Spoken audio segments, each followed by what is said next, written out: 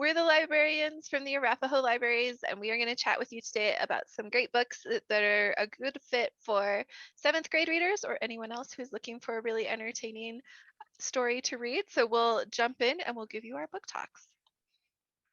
Awesome. So Alato is a really good fantasy mystery story if you're interested in that. And it's about Ellie. And she appears to be a typical teenager who loves comics and ice cream, especially pistachio ice cream. It's her all-time favorite. Until you meet her dog, who is a ghost, her ghost dog, Kirby. And Ellie has inherited a talent passed down over generations of her Lapon Apache ancestors, the women in her family in particular, of being able to see spirits and ghosts and communicate with them. Her specifically, Ellie specifically, is mostly with animals, but there are some other instances where she can engage with human ghosts as well. So her ultimate goal is to use her talent and her ability to become a paranormal investigator. She thinks she would be very useful, be able to help solve different situations with her abilities. And her skills are put to the test pretty quickly. She's only 13 years old when her cousin Trevor dies in a car accident. And Ellie isn't convinced that it was a car accident, regular car accident that killed her cousin. And that's because she saw his ghost as right after the accident actually happened. And there's something that he tells her that makes her believe that there's more to the story than what the cops are telling them. And so this sends her on a journey to figure out what happened, not only to her cousin, but with the situation with the cops. Like, why was there miscommunication with the police of what happened in this car accident? Of course, Kirby is helping her try to figure out as well, along with her friends. And as they start to investigate, they realize there's more to the story in their small Texas town than she realizes. There's big secrets, and some of the secrets she's not sure that she's really old enough to understand. They're really deep rooted in Texas. And so she's trying to work through that as well as figure out what happened to her cousin. So if you're interested, like I said, in that mystery kind of uh, fantasy feel to it, this one is fantastic. And I really enjoyed Ellie and Kirby. Their relationship is awesome. Kirby isn't always visible, and then he shows up, and other people can see and interact with him too. So he makes people's day all the time, especially little kids and things as they're experiencing different things in their life. So it's really awesome. So that's a lot to say. Dress Coded by Carrie Firestone is an awesome story about friendship and finishing middle school and standing up for what you believe in against what injustices, essentially. The story starts when Molly Frost decides that she is going to start a podcast because one of her friends was cited with a dress code violation. And because of it, the principal decided to cancel their 8th grade camping trip. And she knows that it was wrong, it was unfair, and that this happens all the time. And so she starts this podcast interviewing girls in particular who have been called out and cited for dress code violations. And most of them are unfair and uncalled for. And so this is the story of them trying to kind of expose what's going on at their middle school. One of the school, I think she's a teacher that they call Fingertip, who always checks to see if girls' shorts are fingertip length or not. They don't really know her real name. And so they decide to take this all the way to the school board to try to fight back, because but as the story develops, they have stories from girls who have gone to that middle school, who are still there, but who are also now in high school, who experience this unfair treatment, and they are going to take a stand and they're going to make a change. So if you're looking for kind of an inspirational story that will also make you laugh out loud, I recommend Dress Coded. So I want to talk about a nonfiction story. This one is called The Compton Cowboys. And there's two versions of this. There's an adult version, young readers. I'm going to recommend the young readers version, but they're both out there. And it's set in Compton, in California. And if you aren't familiar, that's like it's a city that's known specifically for many things. There's a lot of famous people, Kendrick Lamar, Williams, like several people that you might be familiar with who kind of grew up there, but it's also known for a lot of gang violence. And this is a story of a group of, I think there's like 10 folks who are kind of profiled in the story, who are, um, they grew up in this city that's known for violence, known for gang violence, and they are sort of, they're cowboys. They ride horses, and they take care of them. They don't just ride them. And this is sort of a tradition that was started in like the late 80s, when a resident of the city was like, you know what, I want there to be an option for youth who might otherwise think like being involved with gangs is kind of their only way, their only support, or the only option they've got. I want there to be something else that I can offer that's like a sense of community that's interesting and engaging. And so she started, her name was Maisha, and she started the Compton Junior Posse, is what it was called. And it was designed for youth to be able to come and learn about horseback riding, become good at riding, take care of the animals, learn all of the things that you've got to do to care for not just the creatures, but the tack and all of that stuff that comes with horseback riding. And this follows 10 of the guys, well, a group of guys and one young woman who were part of this program and kind of grew up through this program. It's so interesting if you're at all curious about horses, if you're interested in the history of Black cowboys in the United States, there's some details about that in here.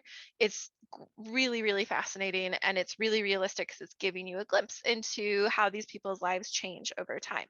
My one content warning on this one is there is violence. You know, people in the story die from gang violence and things like that. And then also a content warning, there is a scene where a horse is hit by a car and it goes, the horse ends up being killed, and that happens on page. So just know in both of those cases, there's death of humans and animals in this story, but the story overall is hopeful and interesting and has all sorts of really cool details. So if you like true stories, this one is a good place to start.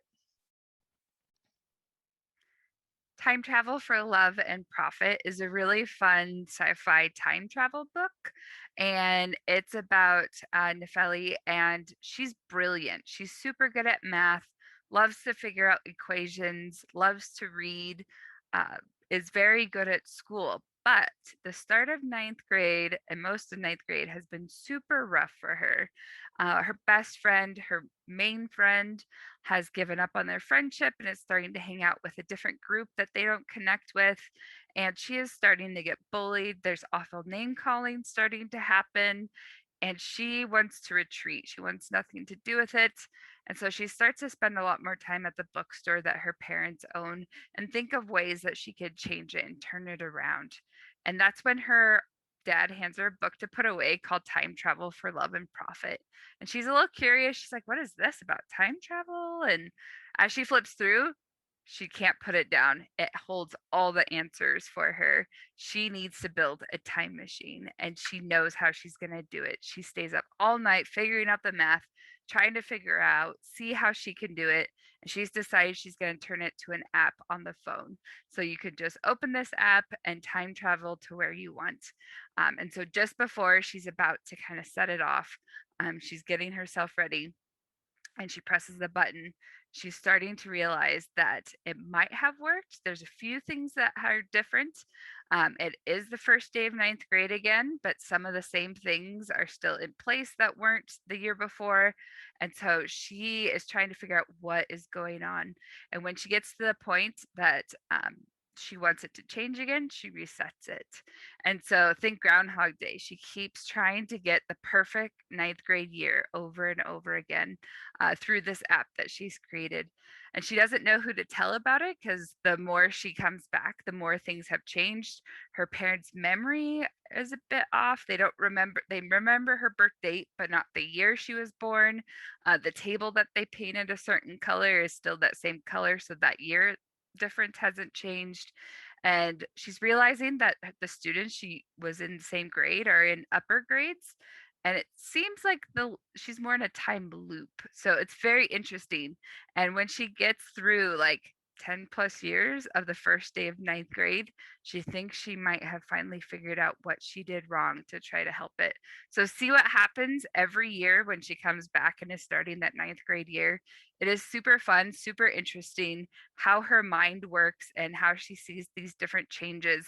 and how she's trying to follow all of them as well, and the friends that she makes throughout it, which I was kind of surprised by because you keep changing back and forth, right? So it's a super fun read, and so that is Time Travel for Love and Profit. If you enjoyed Disney's Pinocchio when you were younger, but wished that it was slightly more violent, I highly recommend The Puppet Master's Apprentice by Lisa DeSelme. It is the story of Pirouette, who, similar to Pinocchio, was carved by her father in the image of his daughter that died when she was very young. And he used an ancient magic to bring Pirouette to life. Her father is the puppet master of the town in the Makers Guild, and she has been working with him ever since. And similar to Pinocchio, when Pirouette lies, there are consequences. However, she doesn't have her nose grow. Instead, wooden splinters jut out of her body in various places, and it sounds incredibly painful at various points. She does have a splinter come out of her nose. One comes out of her ears, other places. It's really unsettling to read that part of it, but that's her consequence for lying. And the story kind of gets going. You meet Pirouette several years after she's been created, and she's been working with her father, and they have been commissioned by the ruler of their country to make these wooden soldiers, life-size wooden soldiers, and it's a huge amount of work.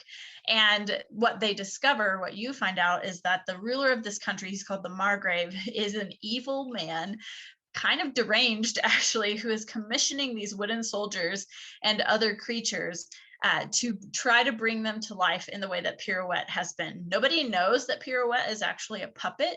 They made up a lie that she was raised by her grandmother. But when her father falls ill and is not able to complete the commission, Pirouette is left to try to finish this work and also stop this evil ruler before the worst happens and all of her friends in the Makers Guild are killed. So if you're looking for a kind of dark twist on a fairy tale retelling, I can't recommend it highly enough. So a realistic story, if you're looking for something that's kind of like real life, this one might be a good choice. Rain is not my Indian name. I picked this one up because I love other books by this author, and this was her first book that she published, and I wanted to kind of see what it was. It's really good. It's about Rain, who's just turning 14, and at the very beginning of the book, it's her 14th birthday, and something awful happens. There's a tragedy that happens. And then the story kind of jumps forward 6 months after this tragedy. And it's coming up on summer, and she is thinking about she gets an invitation essentially from her auntie, who is asking her, her family has kind of asked her if she wants to participate in this Indian camp that her auntie is doing is for Native American teens, because Rain is a Native American, and her auntie wants to see if she would like to participate in this for the summer, and she's not really feeling it. She's still kind of dealing with this tragedy thing, and she's just like, I don't really want to do this, but she does agree for the town's like newspaper that she'll take photos for an article. And so she kind of gets involved because she shows up with her camera. She's a great photographer. She develops her own pictures. She shows up with her camera to start taking pictures, and then some stuff happens, and she does decide that she's going to participate as sort of some stuff that's going on in the town. She decides that she's going to participate in the camp. And so this is sort of a story.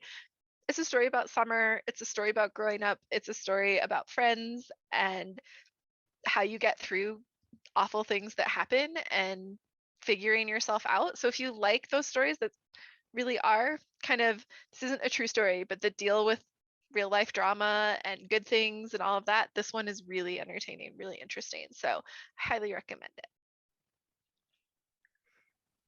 All right. Thank you for joining us today. We're really glad you got to hear about these books. We hope that you have a good rest of your day, and we will hopefully see some of you in person in the fall. Have a nice day. Bye.